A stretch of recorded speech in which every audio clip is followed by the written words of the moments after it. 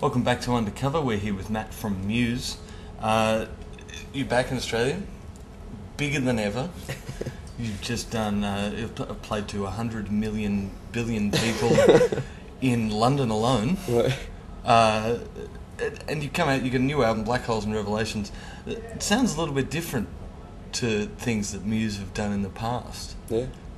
When did this new sound come in? Still sounds like Muse. I think we've always had a whole range of sort of experiments we've worked on outside of what has made it onto albums, you know. And I think and we thought it was time on this album to try and bring some of those things out into the open, if you like. And I think so we wanted every song on this album to be something completely different to anything we had done before, you know. So I think it's because our fourth album, and we felt we wanted to challenge ourselves and not kind of get stuck in the same thing, you know, every time, you know. So we thought it was the right time to show some different sides of the band, you know, and I think we did that on this album pretty well. Yeah. Were you worried at all what fans might think? Well, no, not really. I mean, I think with any piece of work you do, there's going to be some people who like it and people who don't like it. You get used to that. I think, you know, every album we've done has had different reactions from different, you know, either old fans or new people that are just discovering you know. So I think you can't really tailor yourself just to please the people that liked your old stuff, you know, 'cause otherwise you just sound the same all the time. Yeah, right.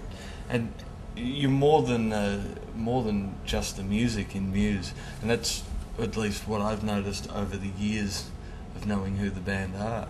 Is you know, you've got all this artwork which I have here.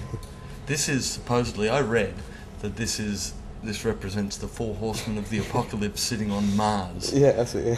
Yeah. Something like that. That's actually true. Yeah, no, that kind of came up through a discussion with Storm Thorgerson. There's a guy who did it. He sort of does surreal photography, and he kind of became famous for doing all the Pink Floyd stuff, you know, all that kind of weird surreal album covers they do, and we sort of had a meeting with him, and he said he wants to do something around the 4 horsemen of the apocalypse, and I wanted to do something to do with Mars.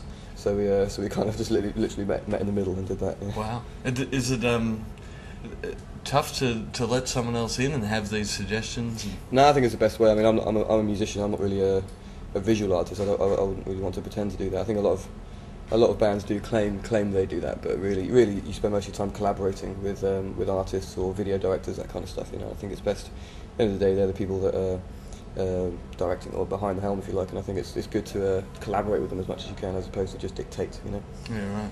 And there's a book out on Muse. Right, yeah, that's nothing to do with us. Well, it's about us, but it's certainly not anything that we've been involved with, I don't think. What's it called? Inside the Muscle Museum. Right, right, okay.